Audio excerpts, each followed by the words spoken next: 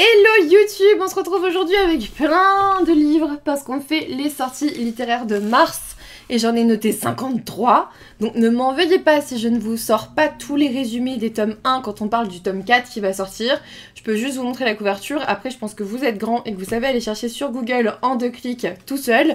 Mais 53 sorties que j'ai notées pour mars, il va falloir avancer, sinon la vidéo elle va faire 2 heures, on va tous se faire chier, il y a un moment donné, ça va saouler tout le monde. J'ai sorti quand même pas mal de tomes 1 et de livres que j'ai déjà reçus par exemple pour mars, mais ah là là qu'on est bien de voir la vidéo en direct. Ouais, j'ai noté 53 livres. Je le fais assez tôt, on est le 16. On est le 16, mais je suis au Japon après, donc je n'aurais pas pu le faire après. Comme c'est un petit mois, on m'a dit t'inquiète, ça passe. Et comme on est dans la communauté de la triche, j'ai le droit, voilà. J'ai le droit.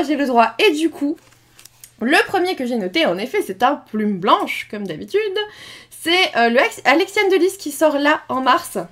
D'ailleurs, on a dit qu'il faut vous enlever. Je suis désolée, mais vous avez l'habitude, on vire les gens de Twitch très sympathiques qui vous ont salué. Voilà. Donc...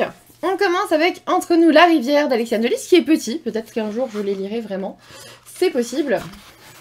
Je me tacle toute seule, comme ça ils n'ont pas le temps de le faire. Et il est trop beau en plus. Je les ai mis dans l'ordre, les sorties. J'ai tout mis dans l'ordre. Donc là, on doit être vers le, je sais pas, 5 mars. Ah putain, ça... ah c'est trop bizarre, je cherchais. Mais en fait, tu vois, t'as le prologue. Et derrière... bam, 2 pages pleines. Ça fait trop bizarre, je trouve. Ça fait trop bizarre. Elle nous met au cachot. Arrêtez de dire des choses pareilles. On vous dit, Naya est née au sein de la tribu Xian. Elle doit se taire, baisser la tête, tourner 7 fois sa langue dans sa bouche avant de parler, apprendre à devenir une bonne épouse. Ça sent le côté féministe. Et surtout, ne jamais se plaindre pour les coups reçus. Car c'est ainsi qu'un père... oh, je vais éternuer. Ah, c'est pas le moment. Car c'est ainsi qu'un père, puis qu'un mari se doit de parfaire l'éducation de leur fille. Je veux pas dire, mais ce premier paragraphe me met hors de moi. Mais je te jure, ça me met hors de moi. À 10 ans, Naya sauve un petit garçon étranger au village de la noyade. Puis, si elle en paye les conséquences au fil de son adolescence, sa vie prend un tout autre tournant la veille de son mariage. Un chevalier en armure, envoyé par le roi, exige l'impôt dû par la tribu. Incapable de le payer, le peuple Xian n'a d'autre choix que de lui abandonner l'une des leurs. Lorsque Naya est désignée par le chevalier, ce n'est peut-être pas si innocent. Derrière le aume et l'armure se cache le jeune homme rescapé de la rivière qui lui doit la vie. Je vous mens pas, celui-ci me fait très très envie. Si, elle nous décapite aussi, c'est faux. Franchement, celui-ci me fait très très envie. Parmi tous les plumes blanches qu'il y avait dans le pack 2025, c'est peut-être celui qui me faisait le plus envie. Oh, peut-être. En vrai, ça rentre vraiment dans de la romanticide telle que j'aime bien. Donc, ou en tout cas, dans de la romance telle que je l'aime. Donc franchement, il me tente vraiment, vraiment. Mais on vous voit pas. Ils sont... non mais attendez, je vais vous montrer. C'est un délire. Regardez ce qu'ils font là. Ils font n'importe quoi. Je vous montre juste pour voir l'ambiance sur Twitch si jamais vous voulez nous rejoindre. Vous voyez, on triche mais on ne ment pas. Elle nous met au cachot. Elle nous décapite aussi. Aidez-nous. Non mais, vous voyez un peu l'ambiance sur Twitch. Si jamais ça vous intéresse de venir rigoler avec nous, venez passer un bon moment. Le dimanche on est plutôt bien. Et puis sinon on fait lundi, jeudi. Mais à partir de mi-mars pour maintenant. Enfin du 9 mars. On reprend le 9 mars pour être très précise. Voilà. Allez, arrêtez de me faire trop de montage, j'ai pas le temps. Hop, ensuite. Alexiane de Lys aime bien les histoires de tribus avec des mœurs en décalage. J'aime bien, moi aussi. Tu nous décapites quand on lit pas notre lecture imposée, ou si tu nous aimes vraiment beaucoup, c'est le cachot à la place, tu vois. Je suis plutôt sympathique comme fille, franchement. Ensuite, j'ai noté Nuit, donc les chasseurs de l'ombre, d'Eva Guilloton. Guilloton, ça sonne comme guillotine, je veux pas dire, on reste dans la thématique. Hein. Eva Guilloton, c'est chez Bookmark. Celui-ci, je l'ai pas demandé, je vous l'avoue, mais j'avais envie de vous le présenter quand même. On vous dit, et si tous les secrets du passé se cachaient dans les ombres de la nuit? Amberly Johnson, 22 ans, mène en apparence une vie parfaite. Auprès de ses 2 meilleures amies, Tyler et Alyssa, pourtant, son passé la hante et tourner la page est loin d'être simple. Ancienne chasseuse de vampires, Amber ne s'est jamais vraiment remise de l'affrontement lors duquel son petit ami Jake a été tué par son vampire de frère Eden. Alors qu'elle pensait être débarrassée de ce dernier qu'elle a été obligée d'abattre, il redonne finalement signe de vie et est bien décidé à lui faire payer. Menacée, brisée, Amber n'a plus d'autre choix pour se protéger que de reprendre son job de tueuse en se ralliant au centre des chasseurs. Guillotine, ça me donne envie de me rebeller contre la monarchie en place. Non. Coucou Ya, comment ça va? Refaire confiance, dépasser ses peurs, croire en soi et tomber amoureuse à nouveau, c'est un combat de tous les instants, surtout lorsqu'on côtoie le mystérieux, sombre et envoûtant entraîneur du centre, Aaron Moore. Et on vous dit que c'est un enemies to lovers. Bon, avec des vampires, ça on l'avait compris avec le résumé, merci bien. On avait bien compris, tout va bien. Tout va bien. Hop.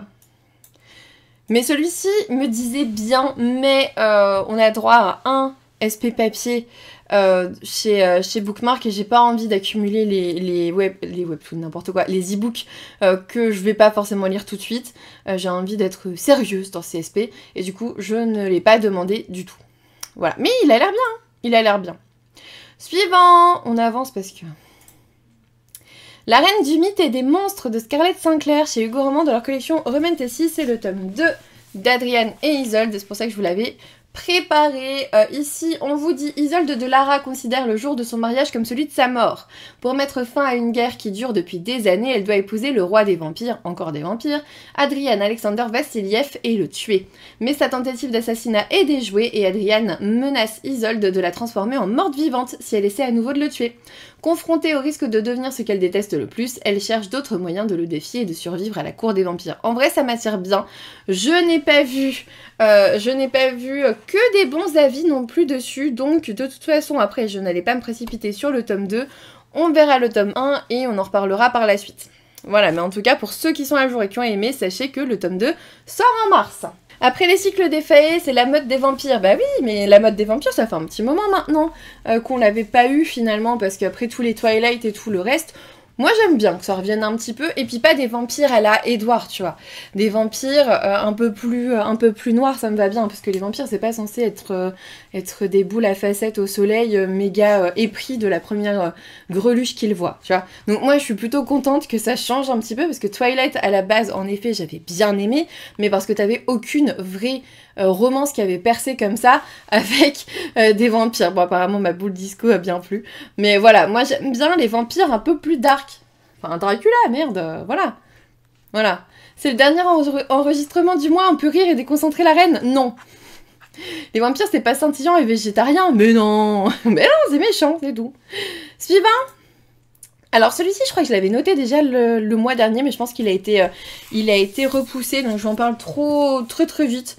Moi j'ai lu le premier tome, c'était cool, c'est Autrice de ma destinée de Frolic Jogbal et Winterleaf chez Coda, donc c'est chez Albin Michel. J'avais bien aimé parce que pour une fois, c'est l'autrice qui tombe dans son propre roman dans le pire rôle qu'elle a créé, donc j'ai envie de te dire, tant pis pour elle, voilà. Et je pense qu'il faudra que je le relise.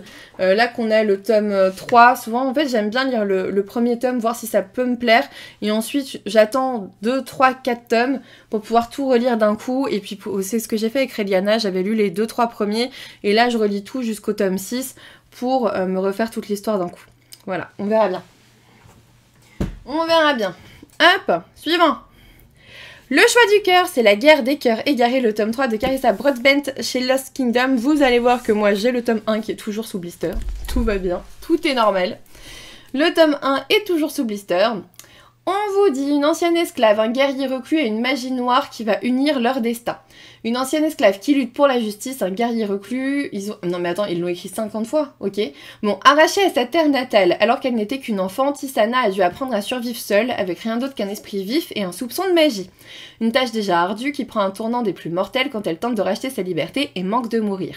Désespérée de sauver le meilleur ami qu'elle a laissé derrière elle, Tisana part trouver les ordres, la plus puissante organisation de mages au monde. Pour rejoindre leur rang, la jeune femme se voit contrainte de suivre l'apprentissage de Maxentarius Farlion, un mage de feu reclus et sublime qui méprise ses supérieurs. Rien que ça, franchement, ça a l'air très chouette. Tome 1, coup de cœur, et tome 2, imposé par l'impératrice. Mais oui, parce que tu as le tome 3 qui arrive, ma chère Sarah, donc tu vas pouvoir le lire. C'est une petite bricasse, moi je sais que j'irai pas tout de suite, mais je suis contente de voir que la saga continue et que je vais pouvoir finalement les lire tranquillement. Pour ceux qui prennent les reliés, apparemment il y aura un stickers Lost Kingdom dans le tome 3 pour le coller sur le tome 2. Ah, ça c'est chouette parce qu'ils avaient promis qu'ils le feraient. Parce qu'en fait il n'y avait pas ça, je crois. C'est sur le dos, je crois. Hein. C'est ça, hein. Ouais, c'est ça. C'est sur le dos, ils avaient oublié ça et du coup ils rajoutent un stickers pour le tome 2 pour que ça soit harmonieux. Voilà. Bon bah c'est bien. Merci Bonnie pour la bonne nouvelle. Merci, merci. Oui, t'inquiète. Suivant. Le trône des dieux brisés. Je n'ai eu que cette photo de roman. Il n'y a pas encore... Ah oui, comme on fait les sorties littéraires de mars assez tôt, vous allez voir vers la fin du mois, je n'ai pas les couvertures françaises. Elles n'ont pas encore été annoncées. J'aurai les couvertures anglaises, ou anglophones en tout cas, mais pas les couvertures françaises. Donc on fait comme on peut. Voilà, forcément je le fais un peu plus tôt, donc on n'a pas le même matériel que d'habitude. En tout cas, là, on est... sur le tome 2, me semble-t-il, de le livre d'Azraël, qui était Gods and Monsters, non? C'est pas ça? Le trône des dieux brisé. Si, c'est ça. C'est ça. De Amber V. Nicole. Moi, j'avais pas craqué pour le livre d'Azraël, je vous avoue. Pas encore, peut-être. Mais on vous disait dans le tome 1, deux destructeurs de monde se rencontrent 1000 ans plus tôt dans les déserts d'Eoria. Diana a donné sa vie pour sauver sa sœur mourante. Elle en a appelé à l'aide de quiconque voudrait bien l'écouter, sans se douter que la réponse viendrait d'un monstre qu'elle n'aurait pu imaginer, même dans ses pires cauchemars. Désormais, elle est prête à faire tout ce que lui demande Caden, y compris mettre la main sur une ancienne relique qui appartenait aux mêmes créatures qui la pourchassent. Voilà, je vais m'arrêter là, je pense que ça veut tout dire. Ça veut tout dire. Oui, parce qu'elle nous quitte. Bah oui, il faut bien que je le fasse maintenant, sinon je le ferai quand? Sinon je le ferai quand? Qu'est-ce que tu veux que je te dise? Hop. Du coup, voilà, celui-ci m'a toujours dit, mais il n'y avait pas un truc, genre il était pas un peu petit ou quelque chose, il n'y avait pas un truc? Je m'en souviens plus. Bah non, non, il était trop gros. En fait, c'était l'inverse. Il faisait plus de 700 pages le premier tome. Et du coup, je me suis dit, ah, non. Coucou nous, bisous, merci beaucoup. Avant ton départ, on dirait que je vais mourir dans 3 jours. Franchement, vous me faites peur. Vous me faites peur, vraiment. En fait, c'est le dernier live avant de partir au Japon. Et tout le monde vient en mode, petit coucou avant ton départ. Et j'ai l'impression que je vais mourir. Si mon avion se crache, sachez que vous avez tous eu une prémonition. Je te jure. Je te jure. Allez, suivant. La maison aux marées mouvantes. Donc là, c'est le tome 4. Où est-ce que je l'ai mis? Je l'ai pris à la fin. C'est ça que j'avais oublié qu'il fallait rechercher. Moi, j'ai le tome 1 que j'ai toujours pas lu, je vous avoue. La maison aux ailes déployées d'Olivia Wildenstein. C'est chez Corrigan. Et c'était Le Royaume des Corbeaux. C'est ça. C'est la saga Le Royaume des Corbeaux. Vous savez, avec ces livres très très beaux. Comme ça. Pour le coup, c'est plutôt chouette. Et au niveau du résumé, je vous le dis rapidement, je vous avais dit que je vous lirais pas tous les tomes 1, mais en vrai, j'ai envie de les relire. On vous dit, mi-fée et mi-humaine, Fallon vit une existence misérable en travaillant dans une taverne pour subvenir aux besoins de sa famille. La jeune femme est détestée par l'élite des Fae au sang pur, à l'exception de Dante, le prince de Luce, dont elle est amoureuse depuis qu'ils ont échangé un baiser. Mais cet amour entre une moins que rien et un prince est impossible, jusqu'au jour où un oracle prédit à Fallon un avenir dont elle n'aurait jamais osé rêver. Elle pourrait bien devenir reine, à condition qu'elle libère une créature ailée aux immenses pouvoirs. La jeune femme est prête à tout pour renverser l'actuel roi et régner aux côtés du beau prince de Luce, mais vouloir réveiller des pouvoirs qui sommeillent depuis des siècles est une quête très dangereuse. Fallon pourrait bien y perdre son âme et sa vie. C'est vrai qu'il y a le tome 3 en cours depuis plusieurs mois, ça te plaît pas? Franchement, moi ça m'attirait bien, j'ai le tome 1, j'ai le tome 2, je pense qu'à un moment donné je vais finir par me lancer dans toute la saga, mais bon. Pas tout de suite, pas tout de suite. Pas tout de suite du tout. Suivant. La complainte de Sally, que j'avais déjà notée pour février, mais qui finalement a été repoussée en mars, me semble-t-il. Donc du coup, je vous l'ai remise vite fait. On en a parlé le mois dernier, n'hésitez pas à aller voir la vidéo du mois dernier si vous voulez. Dans tous les cas, le mot d'ordre, c'est « Et si Sally avait découvert Christmas Town et que c'était pas Jack, tout simplement ». Suivant. Ce qu'il nous reste d'Eric J. Brown, c'est chez Naos. Et dans cette histoire, alors attendez, je retrouve, dans cette histoire on vous dit que Jamie vit reclus dans le chalet qu'il a un jour partagé avec sa mère. Depuis que la quasi-totalité de l'humanité a été rasée de la surface du globe par un virus, il l'a bien compris, la solitude est sa seule chance de survie. Mais lorsque Andrew débarque sur son perron, blessé, misérable et visiblement suicidaire, une autre vérité fait surface, il est incapable d'appuyer sur la détente. Pourquoi lui fait-il si spontanément confiance lorsque le danger les force à prendre la route? Jamie se méfie avant tout des survivants désespérés et des fusils. Mais petit à petit, sa suspicion change de camp, les incohérences dans le récit du passé d'Andrew se multiplient. Jamie a-t-il bien fait de renoncer à son isolement? Quel secret cache Andrew? Doit-il se fier à son instinct ou à ses sentiments? Moi, franchement, il m'intéresse pas plus que ça parce que toutes les histoires de virus, j'ai beaucoup de mal. Pourquoi tu dis il avait l'air génial sauf que le tome 2 n'est jamais sorti?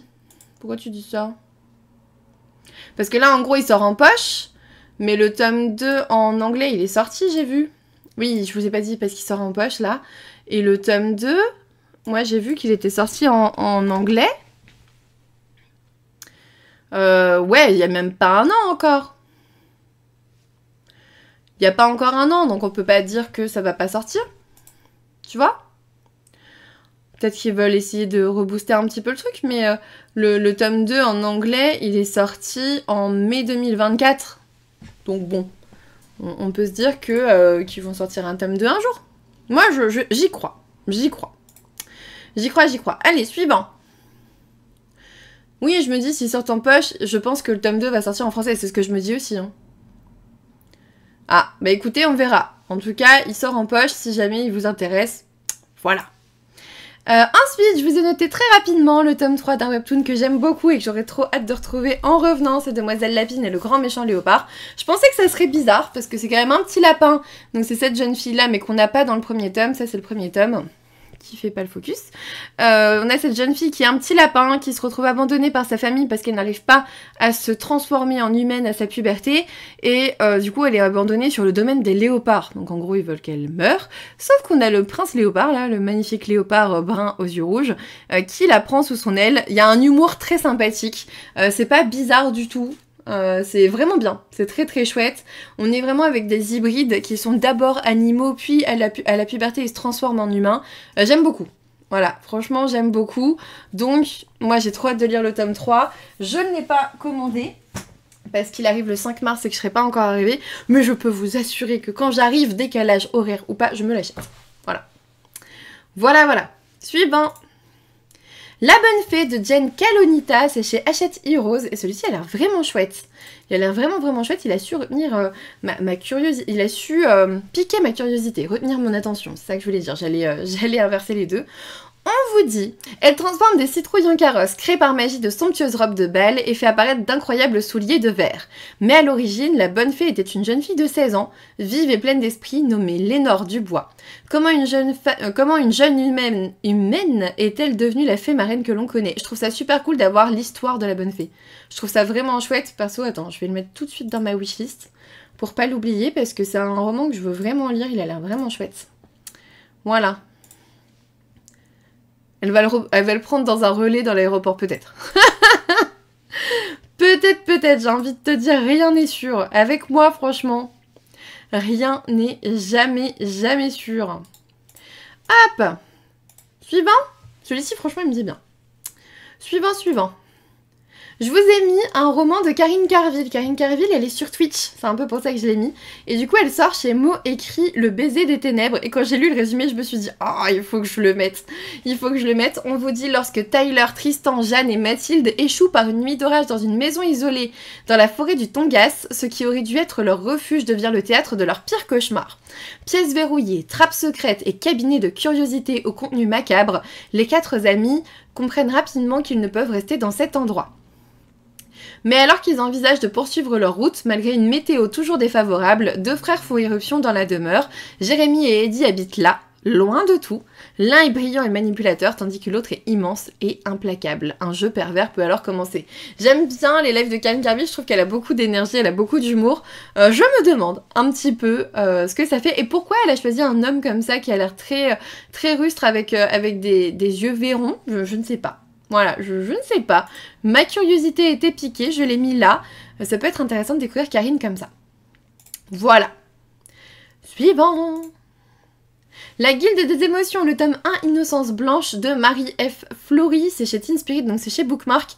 Et je crois, non, je sais, je suis sûre que... Attends. Oui, je suis sûre... Normalement, c'est celui que j'ai choisi. Comme vous voyez, je suis plus très sûre. Mais normalement, c'est celui que j'ai choisi. Je crois. On vous dit, à 18 ans, Emmeline quitte le cocon familial pour rejoindre Oxford, où elle s'apprête non seulement à faire sa rentrée universitaire, mais aussi à intégrer le conservatoire Lysander Hesiten, une académie mystérieuse où elle devra apprendre à maîtriser son don rare et puissant. Son objectif, intégrer l'une des 5 guildes d'émotionneurs et contribuer à maintenir l'équilibre essentiel entre bonheur et malheur, car l'un ne peut exister sans l'autre. Alors qu'on l'a destinée à une vie discrète, Emmeline rêve de rejoindre une guilde bien plus risquée et d'explorer pleinement ses talents. Pour ça, elle peut compter sur Milo, membre charismatique de la guilde des défenseurs et meilleur ami de son frère pour la soutenir. Mais la veille de son départ pour Oxford, Emmeline est attaquée. Et ce n'est que le début d'une série d'agressions inquiétantes. Et on vous dit qu'il y a une Dark Academy et des guildes et de la magie et tout. Je sais plus si c'est lui que j'ai demandé ou pas, mais il me fait super envie. Voilà. Dès qu'il y a un thème académique, je fonce, peut-être parce que j'ai été prof et CPE, peut-être. En vrai, moi j'aime beaucoup le thème académique. Il y a ce côté Harry Potter que j'aime bien en fait. On va pas se mentir. On va pas se mentir, je pense que c'est lié. C'est sûr. C'est sûr, il y a un côté Harry Potter m'a tellement plu, m'a tellement marqué à ce moment-là que... Bon. Je pense que c'est lié quand même, à un moment donné. Après, je suis pas sûre, mais bon. Je pense quand même. Hop! Suivant. On est au numéro 14. J'ai noté le nectar du mal d'Ella Fields chez alors Harlequin, je crois, dans la collection EH, dans la collection Roman Tessie. Non, c'est chez EH maintenant, c'est pas Harlequin. Chez EH, dans leur collection Roman Tessie. Oui, c'est ça. C'est ça, je vous dis des conneries.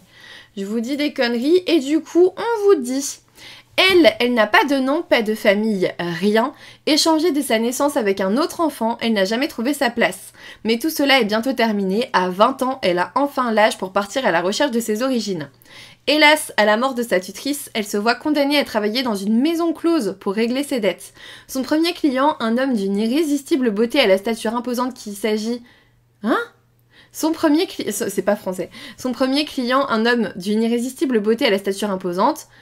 il s'agit, on va dire, de Florian, le roi des Fae, du royaume voisin et propriétaire de l'établissement dans lequel elle est employée. Et il a une proposition à lui faire, elle se doit d'accepter. C'est vraiment pas français ce résumé, dis-moi que c'est pas l'officiel. C'est pas possible. C'est pas possible. Bon bref. En échange de devenir sa fiancée, il lui promet de l'aider à retrouver sa famille. Voilà. En gros, c'est ça. J'avoue, avec les Fae, c'est un peu vu et revu depuis le temps. Mais... je sais pas, après moi j'aime bien ce genre d'histoire, donc ça passe toujours. Ça passe toujours avec moi. Alors, lorsqu'elle apprend qu'il s'agit de Florian... Ah bah c'est bon. Voilà, c'est bon, il y a eu des mots en moins. Donc son premier client, un homme d'une irrésistible beauté à la stature imposante et au regard glacial, la terrifie. Et lorsqu'elle apprend qu'il s'agit de Florian, le roi Fae du royaume voisin et propriétaire de l'établissement dans lequel elle est employée, et qu'il a une proposition à lui faire, elle se doit d'accepter. Car voilà, là tout est français, tout est normal. Ça a été corrigé. Voilà. Moi, celui-ci me dit bien, mais j'attends de voir les retours. J'attends de voir les retours. De toute façon, j'ai le temps. J'ai le temps. 15e sortie sur 53 que j'ai noté. Le merveilleux restaurant des souvenirs de Yuta Takahashi. C'est chez Kibun, que je connais pas d'ailleurs. Là que je vois ça, là comme ça. Ça ne me dit rien. Ça ne me dit rien, cette maison. Ah, c'est chez Ah oui, c'est ça. C'est chez Hauteville dans la collection Kibun. C'est ça, non? Il me semble que c'est ça. Ça doit être Hauteville. Je crois. Dans leur nouvelle petite collection, là. Je crois que c'est un truc comme ça. Bon, bref. On vous dit au menu du jour vos souvenirs les plus émouvants. Dans la baie de Tokyo, au bout d'un chemin de coquillages, se dresse le restaurant Shibineko. On dit qu'ici, les plats sont des passerelles vers les âmes disparues. Guidé par la promesse d'un dernier instant avec son frère décédé, Kotoko pousse la porte de ce mystérieux restaurant. À l'intérieur, elle est accueillie par Chibi, le chaton tacheté qui veille sur les lieux. Sans même attendre sa commande, Kai, le jeune chef, lui sert un repas qui évoque son enfance. Poisson mijoté, riz, soupe miso. Dès la première bouchée, la magie opère, transportant Kotoko vers un passé qu'elle croyait perdu à jamais. Ah, je veux trop lire celui-là. Ah, je vais pas vous mentir, celui-là, je veux trop le lire. Je veux trop le lire, surtout en revenant du Japon quand je serai en pleine dépression. Je suis sûre que ça ira très bien. Suivant! J'ai noté à Talente le tome 2 de Cassandre Lambert. Donc l'ascension d'une légende. Attendez, je vous sors la date parce que j'ai oublié de noter les dates partout là. Pam pam pam. On est sur du 5 encore. On est encore sur le 5 mars je crois. Hein.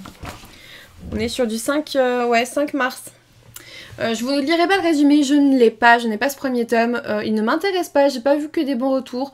Voilà, je lis déjà quelques romans sur la mythologie grecque, etc. Donc je vais passer pour celui-ci. Mais j'avais envie de vous montrer qu'il sortait là en mars et je trouve que c'est assez tôt par rapport à la sortie du tome 1. Voilà, suivant! Le chant des sacrifiés, les voix du destin de Eulalie Lombard et Megara Nolan. Oui, dans cette sélection, je vous ai mis quelques auto-édités aussi, ou quelques maisons d'édition que je connaissais pas forcément. J'avais envie de brasser un petit peu tout. Voilà. Là, il me semble que c'est de l'auto-édition. Je vais vous dire ça. Oui, je crois que c'est de l'auto-édition. Eulalie Lombard, je crois que souvent elle fait de l'auto-édition. Hein.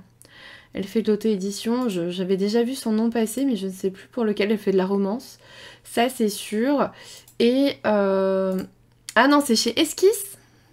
Ah oui, et Megara Nolan, on la connaît parce qu'elle fait Fais-moi t'aimer. Je sais pas si vous avez vu cette saga sortir. Au niveau du résumé, on vous dit à Angrat, tous les hybrides sont sacrifiés. Nova a toujours vécu avec la menace qu'un jour, la garde royale découvrirait qui elle est réellement et viendrait pour la tuer. Mais quand sa mère est exécutée, la jeune violoniste n'a d'autre choix que de fuir. Aran incarne la menace. Songvar, je pense que Songvar. Ouais, Songvar, je pense. Une pierre magique qui lui confère un don unique fait de lui un faillet puissant et redoutable. En mission pour son roi, l'espion n'avait pas prévu de trouver une humaine sur son chemin. Encore moins d'être piégé par elle. Lié par un pacte, Aran, on va dire, est forcé de la maintenir en vie et de l'aider à quitter le royaume. Une alliance rendue encore plus dangereuse à cause des secrets qu'il préserve et de l'attirance qui les pousse l'un vers l'autre. C'est exactement le type de lecture que j'aime bien. Il a l'air sympa celui-là, on l'a pas mal vu passer sur les réseaux ces derniers temps, c'est vrai? Ah putain, moi je l'ai vu nulle part, je l'ai découvert en faisant cette vidéo, en préparant cette vidéo. Donc bah tant mieux si elle a de la visibilité et tout. Moi vraiment je l'avais pas vu passer, mais du tout. Donc voilà. Je vous ai mis Le cycle des secrets, le tome 3 de Manon Fargeton. C'est chez Gallimard Jeunesse. Moi, j'ai demandé, je vous avoue... Mais pas sur la béchamel. Moi, j'ai demandé, je vous avoue, le tome 1 parce que je ne l'ai pas. Je ne l'ai pas du tout, donc je suis très curieuse de découvrir cette saga. J'ai toujours voulu la découvrir, mais j'étais plus partenaire avec Gallimard l'an dernier, à part de façon ponctuelle. Là, cette année, je suis à nouveau partenaire avec eux, donc je me suis dit, bah vas-y, pourquoi pas. Pourquoi pas. Donc je pense que je vais lire le premier tome et je vous en parlerai. Allez, suivant. Peau d'âme de Aude Ziegelmeyer, le livre 1, Les Lilas du Roi. C'est chez Gulfstream et moi je l'avais acheté en avant-première à Montreuil. Et évidemment, comme toutes les avant-premières que j'achète, je ne l'ai pas lu, évidemment, comme d'habitude. Et vu qu'il est prévu pour quand? Pour le 6 mars, c'est-à-dire globalement le jour où j'ai 14h30 d'avion et un décalage horaire de 8h, je ne le lirai pas avant sa sortie, je peux vous le prédire. Mais en tout cas, il est très chouette. Niveau objet livre et niveau résumé, il est très sympa et l'autrice est très sympa. Voilà, ça c'est tout ce que je peux vous dire. On vous dit... Bah les premiers avis ils sont tombés, hein, Bonnie, depuis longtemps, depuis janvier. Hein. En vrai, je les ai pas lus, mais voilà. On vous dit, cloîtrée derrière les murs dorés qui l'ont vu naître, Blanche passe ses journées hantée par les souvenirs de sa défunte mère. Lorsque son père lui annonce son projet de se remarier à la suite du bal donné pour l'anniversaire de la jeune femme, celle-ci comprend qu'il a renoncé à faire d'elle son héritière. Le roi compte d'ailleurs profiter des festivités pour la présenter à Armand Meslay, le fils de sa plus grande rivale. Cette alliance pourrait empêcher la guerre qui s'annonce entre leurs royaumes. Blanche n'a que peu de temps si elle veut convaincre son père qu'elle est aussi sage que l'était sa mère et donc digne de lui succéder. Elle ne voit ni la folie qui embrase les yeux de ce dernier, ni l'adoration qui illumine le regard de celui que la cour surnomme le fou du roi. Rattrapée par les effroyables secrets que dissimule le souverain, la princesse d'Ivrée est prête à tous les sacrifices pour échapper au piège implacable qui se referme sur elle, jusqu'à conclure un pacte magique. Or, dans une tour oubliée du palais, une fée enfermée depuis des années attend son heure, celle de la vengeance. Ça a l'air trop bien. Ça a l'air beaucoup trop bien. Franchement, il me fait super envie. Je peux pas vous le conseiller parce que je l'ai pas encore lu, mais il me fait très très envie par les thématiques qu'il aborde. Donc on verra. Je l'ai mis dans ma palle de mars, déjà, c'est pas mal. J'espère pouvoir vous en parler à ce moment-là. Tellement hâte de le découvrir, il fera partie de mes achats à coup sûr celui-ci. Ah mais tu m'étonnes, je comprends. 20e sortie que j'ai notée. Liberté oblige, je n'ai pas lu Noblesse oblige, mais je l'ai dans ma palle, comme d'habitude. C'est de Mewen Alix et j'ai oublié de le prendre. C'est chez Slalom. Sincèrement, je ne peux rien vous en dire parce que j'ai oublié de le sortir de ma palle. Mais franchement, je pense pas que vous ayez besoin qu'on relise le résumé. C'est un roman qu'on a vu beaucoup tourner à la sortie du tome 1. Je l'ai mis pour vous montrer que le tome 2 sortait et que, en gros, si vous êtes comme moi et que vous l'avez pas encore lu, ben c'est peut-être le moment d'y penser. Et si vous l'avez déjà lu et que vous avez adoré, le tome 2 arrive. Voilà. Énorme coup de cœur pour le premier, trop bien le tome 2. Bon bah beaucoup de gens, je sais, ont adoré Noblesse oblige. Je vois dans le chat que c'est aussi le cas. Donc, je vous conseille de voir un petit peu si vous voulez continuer la saga. Suivant, j'ai noté quoi? La bibliothèque des auteurs disparus de Ika Harada, c'est chez Nami. C'est le petit Nami que j'ai noté ce mois-ci. On vous dit, de son premier emploi dans une grande chaîne de librairie, Otoa Iguchi ne garde que des mauvais souvenirs. Alors, quand on lui propose de travailler dans une bibliothèque de la banlieue de Tokyo, elle accepte sans hésiter. Qu'importe que le mystérieux établissement ne soit ouvert que la nuit et rassemble des collections un peu particulières, les bibliothèques personnelles d'auteurs décédés. Résolue à faire bonne impression, Otoa se rapproche de ses collègues et découvre leurs histoires professionnelles contrariées. Mais le plus grand secret de la bibliothèque reste entier, qui est l'énigmatique propriétaire qui offre à tous les passionnés de livres comme elle une chance au moment où ils en ont le plus besoin. Il m'attire moins que d'autres, je vais pas vous mentir, mais c'est d'une amie, donc je suis sûre que psychologiquement c'est très sympathique. C'est pour ça que j'ai voulu le noter quand même. Mais il m'attire un peu moins. Mais le côté c'est une bibliothèque d'auteurs décédés est assez intéressant. C'est assez intéressant, ça change un peu. Sortie numéro 22 que j'ai notée, La Promise du Roi de l'Ombre, c'est de Sylvia Mercedes chez Roncière. J'aime beaucoup cette couverture. On dirait qu'elle est en train d'embrasser, vous savez, le roi du Royaume du Nord, là, dans comment ça s'appelle? Dans Game of Thrones. Le mec sur son cheval avec sa grosse truc, alors avec sa grosse couronne et il est tout gelé. Tu vois ce mec? Et bah là, elle embrasse la version sexy. Les marcheurs blancs, merci Bonnie, merci. Elle est en train d'embrasser la version sexy d'un marcheur blanc, je trouve. Je trouve que c'est ça. Je sais pas si vous avez l'image, mais moi c'est la première chose à laquelle j'ai pensé en regardant la couverture. On vous dit, en plus c'est un roi, voilà. On vous dit une princesse réprouvée, un roi méfiant mais désemparé, un mariage pour tous les sauver. Vor, le roi de l'ombre, cherche à tisser une alliance avec le royaume humain afin de sauver son peuple. C'est un marcheur blanc le mec. Pour cela, il est prêt à prendre pour épouse l'une des leurs. La princesse Faren vit recluse, mise à l'écart de la cour en raison de son dent divin qui fait d'elle un fardeau pour la couronne. Lorsque sa jeune sœur Ilsevel prend peur à l'idée d'être unie à Vor, Faren est appelée pour la raisonner. Alors qu'Ilsevel a tout pour être la promise parfaite, Vor ne parvient pas à oublier les yeux obsédants de sa sœur aînée. Faren, quant à elle, sent son cœur se briser à l'idée de les voir se lier à jamais. Bref, ils sont pas censés se marier ensemble, mais ils vont finir ensemble. Ouais, et pour moi, il y a un côté bête, hein, il est chelou quand même, donc ça me va. Il me fait penser au roi de l'hiver dans la fileuse d'argent. Ouais, c'est ça, il y a un côté très hivernal. Hein. Très hivernal et peut-être un peu bestial aussi. Alors moi, quand je vous dis bête, ça marche. Hein. Ça marche. Mais il me fait trop envie. Il me fait trop envie, je peux pas vous mentir. Parce que c'est typiquement les thématiques que j'aime bien dans les romances, dans les romantasy en ce moment. Donc il ne peut me faire qu'envie. Vraiment. Suivant. Macara et le lion de pierre, c'est de Justine Robin, je pense que c'est en auto-édition. Non, c'est pas en auto-édition, c'est chez Le Héron d'Argent. Il est là, le héron, il est sur le côté. C'est chez Le Héron d'Argent. Et on vous dit, j'adore le jaspage, je le trouve très beau. Ouais, et Justine, j'aime beaucoup cette personne, donc voilà, il fallait que je le note. On vous dit, Macara n'était qu'une enfant la nuit où son monde s'effondra. Derrière le passage de l'armée de fer de l'impitoyable reine Ataï Sikirit, n'ont demeuré que cendres et dévastation. Des années plus tard, le destin sourit à la survivante. Elle invoque par mégarde le lion de pierre, un artefact millénaire porteur d'un pouvoir immense. La jeune fille y voit alors une chance inespérée de venger la mort de sa famille et le massacre de son peuple, les Korang. Elle doit alors affronter le prince Aran. Ah bah tiens, c'était Aran aussi juste avant. Enfin, le livre encore avant. Le fils renié de la responsable du génocide. Envoyé par celle-ci pour contrer la rébellion, le jeune homme est prêt à tout pour regagner son honneur perdu. Quitte à basculer de camp, quel prix est-on prêt à payer pour obtenir ce que l'on désire le plus? Ça a l'air chouette, ça a l'air intéressant. J'adore la couverture, j'adore l'objet livre, et puis j'aime beaucoup Justine, donc clairement je me devais de vous le montrer. Les copains, je l'ai vu encore le week-end dernier à Lyon, mais ouais, on a super bien discuté, super sympa. Mais tu sais Justine, quand je vais à la Japan Expo, je suis toujours planquée devant leur stand, j'aime beaucoup. Il a l'air magnifique le jaspage et la couverture blanche, ce n'est pas si courant. Eh bien, son autre roman... qu'elle avait... Attends, celui d'avant, comment il s'appelait Les Nouveaux Dieux, pareil, c'est un peu la même couverture, enfin, la même couverture. C'est pareil, c'est blanc, et après, c'est tout coloré autour, et avec du doré, un cadre doré aussi. Je pense qu'elle rentre dans une thématique pour ses romans, c'est cool. C'est cool. Suivant! La Reine, je suis désolée, j'ai pas trouvé d'autres images, de Orlan Grey chez Addictacy. Orlan Grey, dis donc, est une autrice très prolifique, parce que c'est le 3e roman, je crois que je vois d'elle, donc vraiment, je trouve qu'elle est prolifique. On a La Tour des Immortels qui est sorti il y a pas longtemps, on a Le Prince de l'Autre Monde aussi, là c'est son 3e roman qui sort, franchement, bien joué. Bien joué, franchement, pour quelqu'un dont on n'avait jamais vu le nom avant, je trouve que c'est très chouette. On vous dit, quand la morale n'existe plus, l'amour devient un jeu mortel.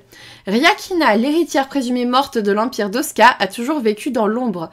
Réfugiée sous une fausse identité, elle s'est forgée une vie criminelle. Déterminée à offrir un avenir aux siens, ces rares Oskiens en quête de sécurité. Lorsqu'un vol audacieux dans la forteresse impériale de Nochi tourne mal, ses rêves de liberté s'effondrent. Elle est arrêtée et condamnée à choisir entre se battre dans l'arène de la Boina, je sais pas, ou devenir l'esclave sexuelle de l'empereur de Nochi. La princesse déchue se retrouve confrontée à un dilemme qui risque bien de la propulser au cœur d'un jeu mortel. Bon, je suis pas sûre de le lire, je pense que je vais lire les 2 autres que j'ai d'elle, mais si j'adore l'autrice, j'irai. Voilà. Lui direct dans ma pelle, vu que j'ai adoré sa plume dans La Tour des Immortels. Oui, bah tu vois, c'est exactement ça. J'en ai déjà 2 d'elle, donc là je vais pas y aller. Mais si j'adore ce que je lis, clairement j'irai, tu vois. Enfin, évidemment. Évidemment. Mais comme j'en ai déjà 2, je vais pas me précipiter dessus non plus, on va pas se mentir. On va pas se mentir. 25e sortie que j'ai notée. Nos destins infinis.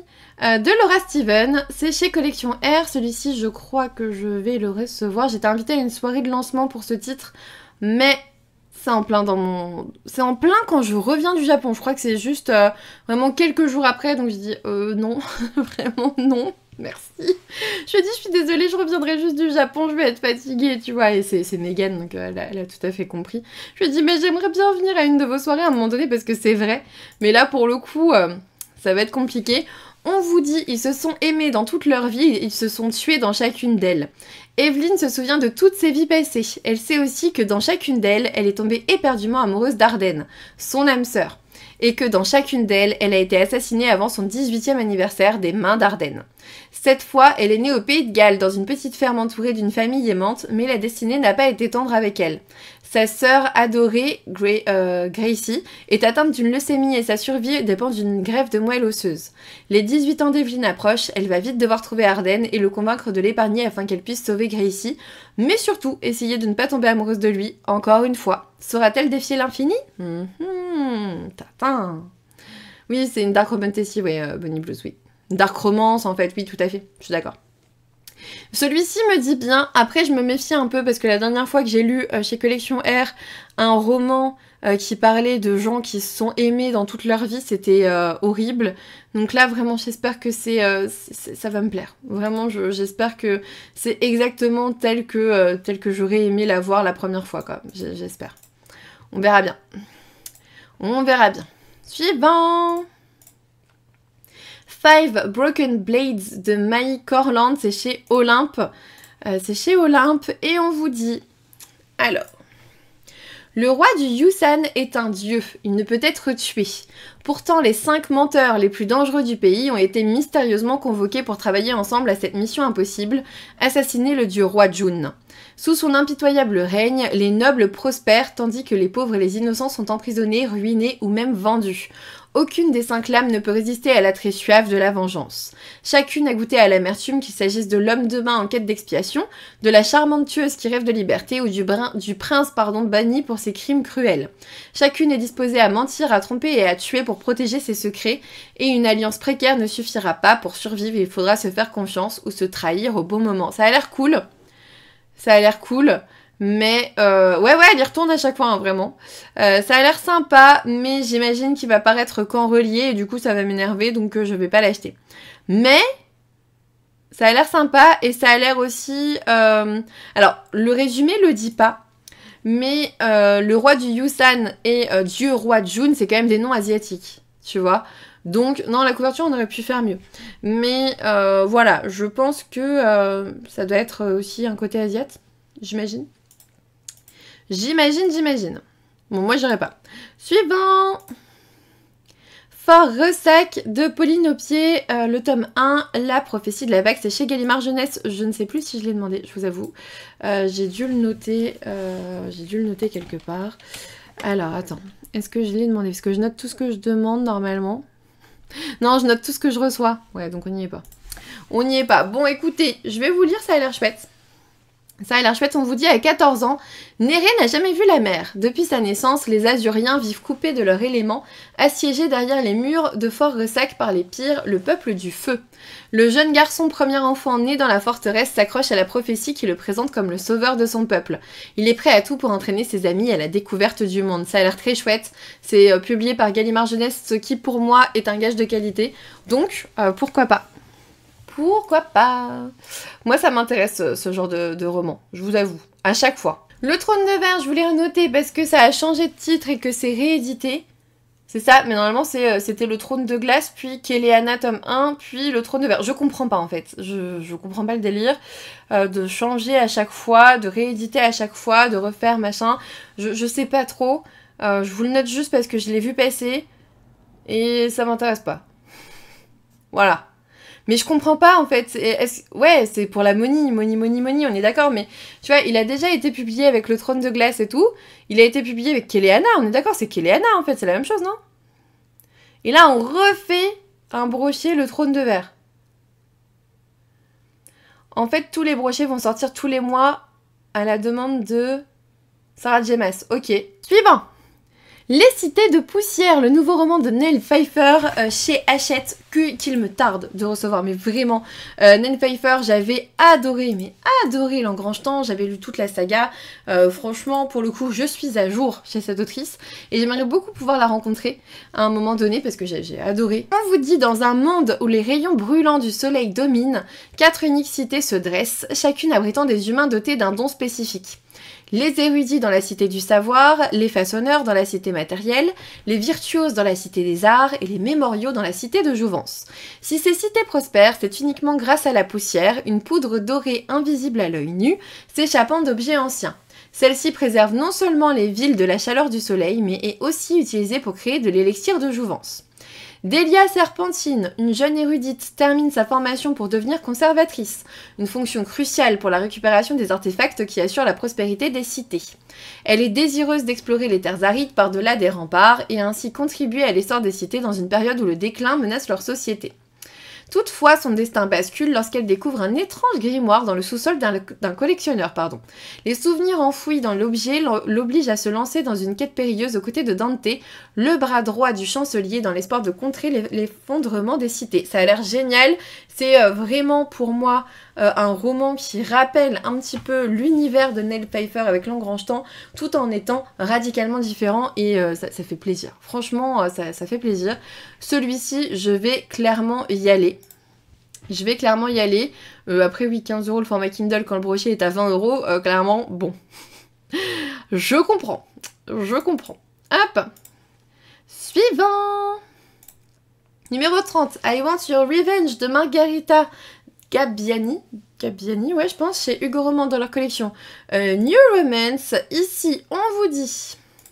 Ava Rose en a marre d'être une gentille fille. Après le scandale qui a fait de sa première année à Linkos un véritable cauchemar, elle a enduré en silence les moqueries et insultes de ses camarades. À présent, elle n'a plus qu'un objectif, se venger de tous ceux qui lui ont fait du mal. Qui de mieux placé pour comprendre sa colère que Vincent, le seul étudiant boursier au milieu de cette jeunesse dorée. Malgré son intelligence, il doit encore prouver qu'il mérite sa place dans cette école huppée où l'impunité règne. Vincent propose donc à Ava Rose de l'aider à exécuter sa vengeance. En échange, il compte bien profiter du statut de la fille du doyen pour servir ses propres intérêts. Si Ava Rose pensait avoir trouvé un allié, Vincent dissimule lui aussi des secrets qu'il souhaite protéger coûte que coûte. Néanmoins, l'attirance magnétique qu'ils ressentent l'un pour l'autre pourrait bien venir rebattre les cartes de leur relation, blablabla. Ça a l'air chouette, il y a un côté revanche, je n'irai pas, mais je le trouvais assez original, finalement. Donc, je voulais noter. Là, c'est le tome 2 de Take Me, I'm Yours. Donc c'est de One Punch Rabbit et Rose Bean, c'est chez K-Books. Et moi j'avais lu celui-ci, je vous en ai parlé sur Instagram, il était vraiment chouette.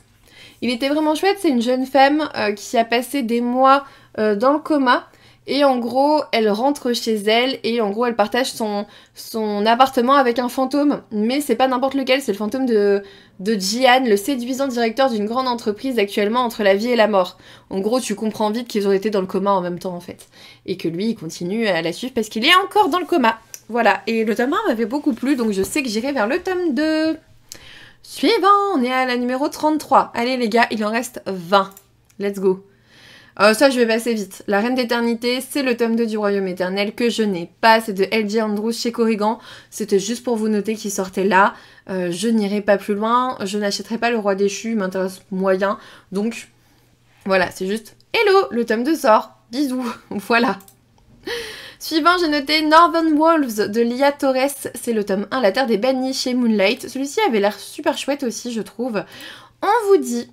lorsque la traque tourne à l'obsession, les limites entre le bien et le mal s'effacent. Ça, c'est la petite phase d'accroche.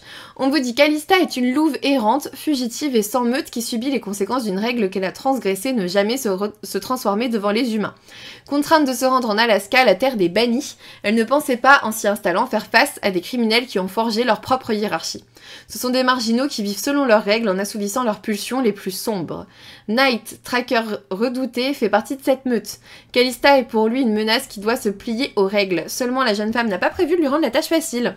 Pour survivre à la domination d'un alpha impitoyable et à une congrégation déterminée à écraser toute rébellion, Calista devra faire un choix, se soumettre aux instincts qu'elle ne comprend pas ou risquer de tout perdre, y compris elle-même. Bon, vous l'avez compris, c'est du loup-garou. Moi j'en lis très peu, je dis pas que j'en lis pas, mais j'en lis quand même très peu, donc je n'irai pas. Mais je trouvais ça quand même intéressant de vous le montrer.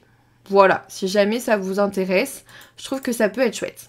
Suivant! Danse avec la mort de Philippe Leroy, c'est chez Rajo. Vous vous doutez que ce résumé me faisait très envie, évidemment, lorsque je l'ai vu. On vous dit, que ce titre, pardon, me faisait très envie, a su piquer ma curiosité assez pour que je lise le résumé. On vous dit quelle idée a eu Maya d'accepter l'invitation de Laura. La voilà dans son fauteuil roulant à faire du camping près d'un lac avec une bande qui la considère comme un boulet. Même les efforts d'Adam pour être sympa semblent hypocrites. Et pourtant, il va falloir se serrer les coudes, car Laura s'est mis en tête d'explorer un spot d'urbex à la réputation diabolique, un sanatorium installé dans un ancien château et abandonné depuis des dizaines d'années. En vrai, ça a l'air chouette, j'irai pas forcément, mais... Enfin non, j'irai pas tout court, mais le résumé a l'air sympathique, assez... C'est plus un roman plus pour novembre, pour Halloween, mais bon, voilà, je voulais noter, je le trouvais sympathique. Suivant! Le tome 4, pareil, je passe très vite, le tome 4 de A Business Proposal de Narak Periya et Heiwa. C'est chez Kotun. Moi, j'ai acheté les 2 premiers tomes parce que j'avais adoré le drama. Et j'avais très envie de lire le webtoon dont le drama était adapté. Donc voilà. Le tome 4 arrive. Je me le suis noté aussi. Bon, j'ai pas le tome 3, mais bon. Ça s'arrange assez vite. Ça s'arrange assez vite. Ils sont trop marrants. Franchement, Business Proposal, déjà, le drama était chouette. Il était drôle. C'est l'un de ceux que j'ai pu finir. Il y a plein de dramas que je commence mais que je finis pas. Pour le coup, j'avais très envie de lire le webtoon. Suivant. J'ai noté le nouveau Serena Giuliano, qui est Villa Gloria. Hop. Et on vous dit bienvenue dans les Pouilles à Villa Gloria, une maison d'hôtes pas comme les autres. À Villa Gloria, Iris et sa mère, qui a donné son nom à sa maison, veillent à ce que chaque client se sente comme chez lui. En cette semaine d'avril, les nouveaux venus promettent un cru d'exception. Gregorio est le roi des râleurs, rien ne trouve grâce à ses yeux. Valentina et sa filleule Bianca ont l'air un peu cabossées, surtout la petite légèrement obsessionnelle. Doria et Eduardo forment un couple très discret à se demander ce qu'ils ont à cacher. Quant à Carla, allez savoir pourquoi, elle a fait vœu de silence. Mais Gloria, qui aime gentiment se mêler des affaires de ses hôtes, saura percer les mystères de chacun. Ils sont de passage, ne se connaissent pas, mais ont décidé par hasard de poser leurs valises une semaine dans le même lieu. Ce qu'ils ignorent, c'est qu'en plus du gîte et du couvert, Villa Gloria offre également une bonne dose de magie, c'est compris dans le forfait. Je trouve ça très chouette, franchement le Serena Giuliano, j'aimerais bien essayer un petit peu certains de ses romans de temps en temps, je les trouve très chouettes, très inspirants. Le côté printanier aussi peut être intéressant, peut-être pas là pour avril, mais un truc comme ça. Voilà, mais je voulais noter. Ensuite, j'ai noté le tome 2 des Mondes Perdus. J'ai la BD numéro 1, clairement. Bah écoutez, on découvrira le tome 1. Oui, ça fait très téléfilm M6, ça c'est vrai. On découvrira le tome 1 et le tome 2 ensemble, mais au moins je peux vous montrer les graphismes. Oups. Voilà, on est sur ça. Donc typiquement les graphismes que j'aime bien. Et on vous dit, c'est incroyable, je suis enfin arrivée au Honduras. Pour la première fois, j'accompagne mon père sur un site de fouilles archéologiques. L'Ubuntum, fini de voir le monde à travers les livres des bibliothèques londoniennes, je vais enfin pouvoir vivre une aventure digne des plus grands explorateurs. Voilà, ça a l'air très, très jeunesse, très bien, très chouette. Donc je vous en reparlerai à ce moment-là. Je vous en reparlerai par la suite. Suivant. J'ai noté Ryan, la vengeance d'une sorcière de Cindy C. Teston. C'est un roman auto-édité aussi. On vous dit, trahi, traqué, consumé par la vengeance, jusqu'où iriez-vous pour reprendre le contrôle de votre destin? Accusée à tort d'un crime abominable, Ryan est contrainte de fuir pour sauver sa vie. Traquée et seule, elle trouve refuge auprès de Glenda, une guérisseuse énigmatique, une sorcière au sein d'un royaume où la sorcellerie est proscrite. Torgan, un jeune homme au cœur noble, rêve d'intégrer l'ordre des libérateurs, une organisation clandestine pour lutter contre les ténébreux, les sbires du tyran Chirac d'Alanor. Si leur destin semble incompatible, une étrange alchimie les lie néanmoins, mais tandis que Torgan lutte pour ramener la lumière au sein d'une monarchie brisée, Ryan, elle, est consumée par sa soif de vengeance. Bref, ça a l'air d'être un roman de romantasy assez sympathique. Voilà, c'est pour ça que je voulais noter. Coucou Manu, comment ça va? Comment vas-tu? Comment vas-tu? Comment vas-tu? Ensuite, alors attends. Attends, j'ai plus d'avance. Ah, celui-ci j'ai, c'est bon. Ça va. Ouais, bon, j'ai pas besoin d'avance. Hop. T'inquiète. Ensuite. Sa fausse femme idéale ou presque de Claire Kingsley. Donc celui-ci je l'ai, vous le voyez devant moi. C'est Dirty Martini Running Club, le tome 1, c'est chez Bookmark. Et ici, en gros, on va avoir du fake dating entre Everly Dalton, qu'on vous dit quand même une catastrophe ambulante, mais qui est l'assistante du milliardaire Shepherd Calloway. Et Shepherd Calloway qui ne veut être le sugar daddy de personne et qui va demander un fake dating globalement à Everly Dalton. Pour être tranquille en fait, parce que son ex Cupid, on vous dit, le frappe là où ça fait mal et le met dans une position délicate, donc on verra. Mais il se trouve qu'Everly a besoin d'une faveur, donc voilà, fake dating avec un milliardaire. Moi je dis oui, j'adore les fake dating et j'adore les milliardaires dans les romances, donc trop cool. Trop cool. Je vous en reparlerai, je le lirai en mars. Suivant, j'avance, on est au numéro 41 sur 53, le tome 2 de Le Dernier Conte, donc Rose Rouge d'Alexiane Thiel, c'est chez Hugo Roman dans leur collection Romantasy, le premier tome est ici, ça s'appelait Pomme d'Or. Et ici on vous disait, dernière fée encore en vie, Ariane doit sauver l'univers des contes, car la nuit approche et avec elle la mort de toute chose. Pour cela il lui faut créer un nouveau conte, mais les héros n'existent plus. À court de solutions et de temps, Ariane débarque dans notre monde et enlève le premier homme à peu près convenable qu'elle croise. Trouillard et rêveur, Warren n'a rien d'un héros, mais Ariane, guerrière redoutable et bien déterminée à faire de lui un véritable prince charmant, même si pour cela, elle doit découvrir la sombre vérité qui se cache derrière les contes. Voilà, franchement, et j'ai vu le tome 3, je crois qu'il est annoncé pour mai, et le tome 4 en juillet, donc clairement on a toute une saga en 6 mois, mais ça me va. Hein. Ça me va bien. Je trouve ça cool d'ailleurs de les sortir aussi vite. Suivant. Fallen Crows, les héritiers d'Émilie Chevalier aux éditions Corrigan. Hop.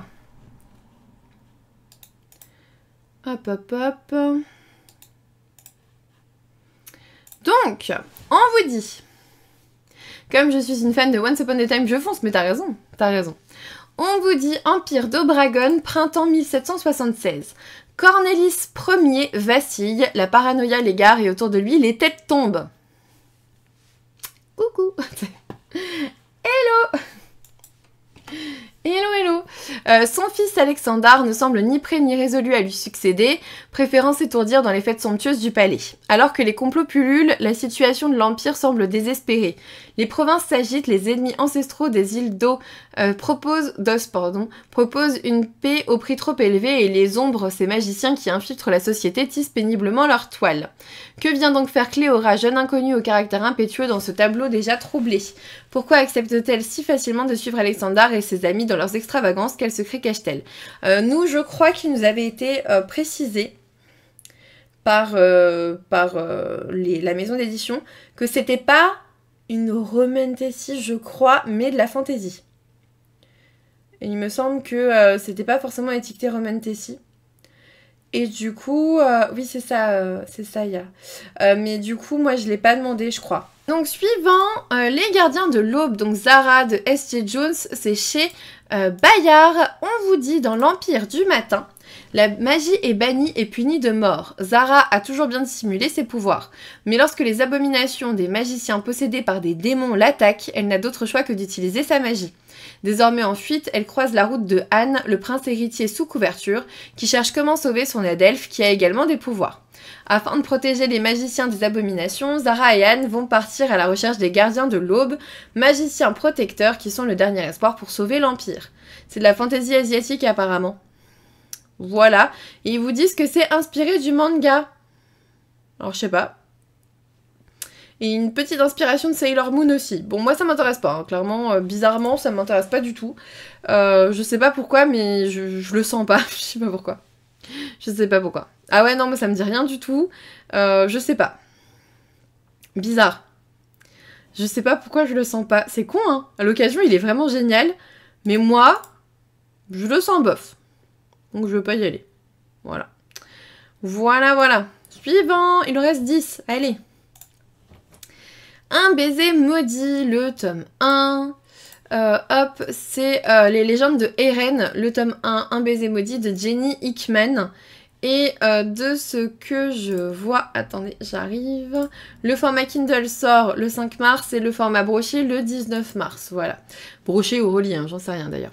On vous dit quand Kilin est témoin du meurtre de sa sœur par le légendaire Gankanag, un être immortel qui charme les femmes avant de les tuer d'un baiser maudit, elle est prête à tout pour la ramener à la vie. Et grâce à une sorcière assoiffée de vengeance, elle obtient tout ce dont elle a besoin pour ressusciter la personne qu'elle aime le plus au monde. Mais d'abord, elle doit tuer le Gankanag. Tad, je pense, un demi-faé diaboliquement séduisant qui méprise la haute société et les convenances, préférerait de loin passer son temps en compagnie de filles débauchées et de créatures des ténèbres plutôt que d'aider une humaine à liquider l'un des siens.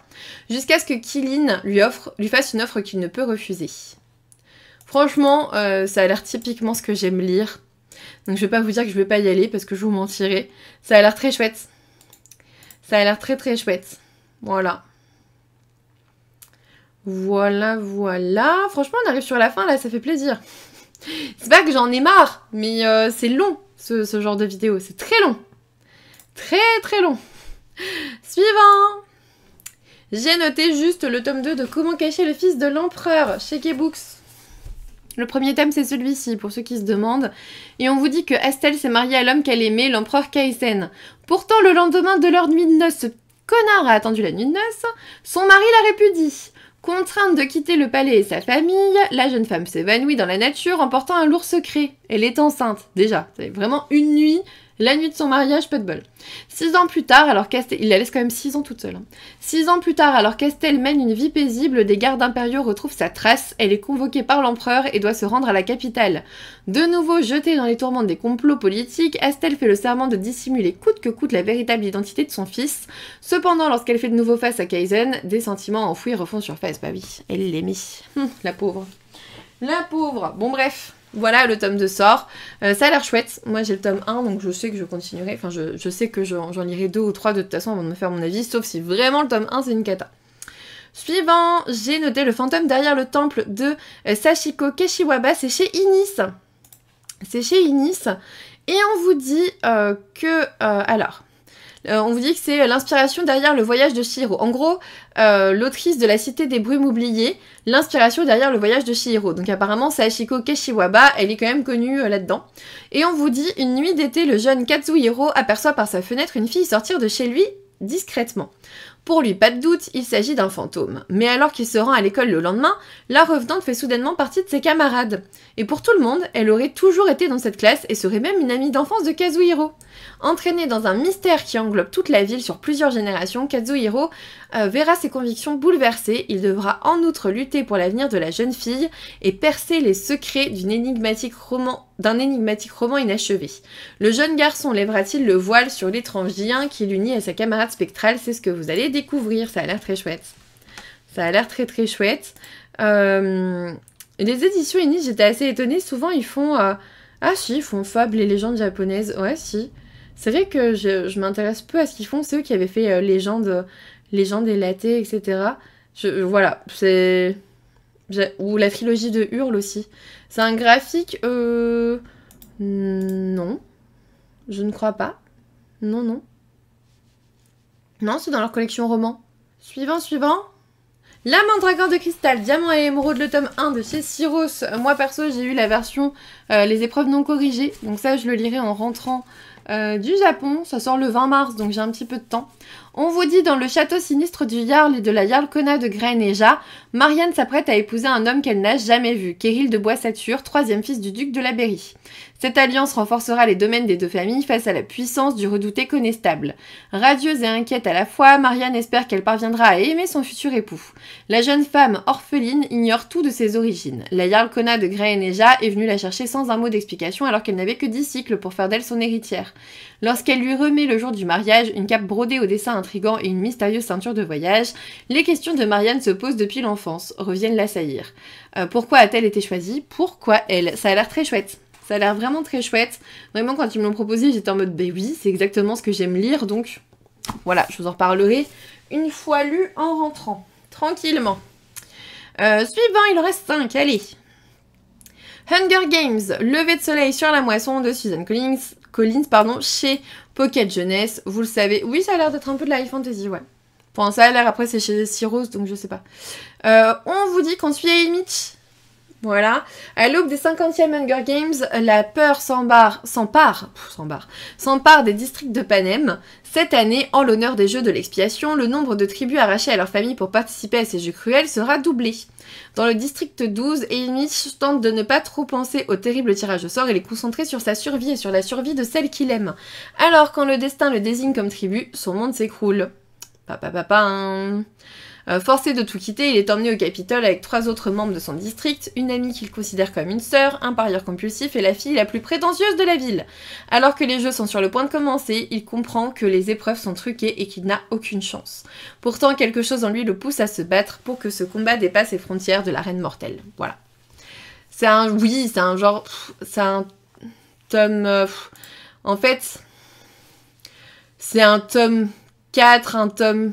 autre, tu vois, parce que par exemple t'avais Hunger Games, l'autre truc là, c'est un préquel tout à fait, c'était quoi déjà? C'est un tome 0.2, c'est ça, c'est pour ça que je le lis, parce qu'on s'en fiche. T'avais le tome 0, la balade du serpent et de l'oiseau moqueur, qui était très bien, j'avais bien aimé, et là ils l'ont étiqueté tome 4, mais c'est pas du tout après Katniss, donc c'est débile, c'est avant, tu vois, donc bon, voilà. Mais en effet, c'est un autre tome. Encore. Suivant. Woven by Gold, pardon, c'est Beast of the Briar, le tome 2. Donc c'est le tome 2 de ça. De Bonded by Thorns. Vous savez, dans Bonded by Thorns, on est avec Rosalina, qui est la fille de Georges le Fou. Mais il est pas fou, en fait, il cherche juste désespérément sa femme, il est convaincu qu'elle a été kidnappée par des faillis. Lorsqu'il disparaît à son tour, Rosalina se lance à sa poursuite, elle se retrouve dans le Val Enchanté à Castle Tree où son père a été emprisonné par le prince de l'hiver, qu'on aime déjà. Pour le sauver, elle n'a d'autre choix que de conclure un marché avec le maître des lieux, prendre sa place dans le château. Le prince de l'hiver n'est pas seul à régner sur Castle Tree, ils sont 4. Vous vous souvenez, c'est la nana avec 4 bêtes un peu gourmandes. Bah voilà, c'est ça. Donc il y a le tome 1 et du coup le tome 2. C'est rapide comme sortie, ouais. Après c'est cool, moi j'aime bien le fait que ça sorte assez vite. Voilà. Moi je l'avais étiqueté La Belle et la Bête avec une belle un peu gourmande. C'est comme ça que j'avais dit. Mais du coup moi je sais que je vais les lire. Suivant. Violet Things, c'est chez De Saxus. C'est de Chloé Gong, mais en fait c'est le tome 2 de Désir Immortel et j'ai pas la couverture française. Là on arrive vraiment sur la toute fin mars. On est sur du... attends. J'arrive, on est sur du 27 mars, donc il s'appelle Infâme dessin, en vrai, voilà. Et en gros, dans ce tome-là, dans le premier tome, on vous disait que c'était une réécriture d'Antoine et Cléopâtre. Voilà, chaque année, une centaine d'habitants du royaume de Tallinn participent au jeu, c'est pour ça que je voulais lire. Cette arène sanglante promet d'inimaginables richesses à son unique vainqueur. La princesse Kalatio Leimi a déserté le palais après l'assassinat de ses parents de sa propre main. Espérant débarrasser le royaume de sa monarchie tyrannique, elle pourra mettre un point final à son plan si elle triomphe des jeux. J'ai pas besoin d'en lire plus. Déjà, rien que le fait qu'il y ait des jeux m'attirait beaucoup. Voilà. Et enfin, les 3 derniers, je m'en souviens plus. Le Manoir de Castle Cats, le tome 3, donc c'est celui du printemps. Voilà, moi j'ai pas encore lu celui d'automne, donc clairement c'est râpé, je vais lire celui d'automne, bah je vais essayer de le lire cet automne, hein, vraiment. Aussi bien, un petit peu mieux j'espère que quand j'ai essayé de le lire l'automne dernier, ça serait bien. L'avant-dernier que j'ai noté, c'est Wisteria. Là encore c'est la couverture VO, mais du coup ils annoncent Wisteria d'Adaline Grace qui est un... C'est pas vraiment un tome 3, parce qu'en fait, Belladonna, l'histoire est terminée dans Foxglove. Mais on va suivre un autre personnage que je ne peux pas vous citer, car sinon je vous spoil le tout, Belladonna et Foxglove. Mais on suit un autre personnage dans Wisteria, et j'ai trop hâte de suivre ce personnage. Voilà. 2.5, ouais, je sais pas, c'est vraiment un genre de spin-off, je trouve, plutôt, parce que Belladonna, tu suis... je sais plus comment elle s'appelle, avec son ange de la mort et tout. Foxglove, tu continues à la suivre, et là tu suis un autre perso, donc tu vois, c'est plus un spin-off qu'autre chose. Mais je suis trop contente parce que moi je l'attends de pied ferme, et donc voilà, ça arrive. Et dernier roman que j'ai noté pour mars, le 53e, c'est Dévoreur d'hommes de Niki Synchro, chez Roncière. Et celui-ci, il faut que je vous retrouve le résumé parce que c'est avec Peter Pan et Crochet. Il y a un crochet, regardez. Je pense que je le couperai quand même au montage. Du coup, je peux pas lire le résumé parce que de toute évidence, ça va peut-être spoiler. Je l'ai lu en live, tant pis pour ceux qui étaient en live. Mais je pense que c'est un spin-off. Après, en vrai, ça me donne plus envie, du coup, de finir Cruel Garçon Perdu. En vrai, du coup. Parce que si c'est ça le spin-off, ça me fait un peu plus envie de voir un crocodile. Mais du coup, voilà. Là, pour le coup, je pouvais pas deviner, c'était noté nulle part. Il faut le deviner toi-même, en fait. Je trouve ça honteux, par contre. Mais bon, bref. Du coup, voilà pour les sorties de mars que j'ai notées. J'en avais noté 53. Je n'en peux plus. Je n'en peux plus. Je n'ai plus de salive, je pense. Vraiment. Je n'ai plus de salive. Je vais vous remettre d'ailleurs. Hop, on va vous remettre par ici.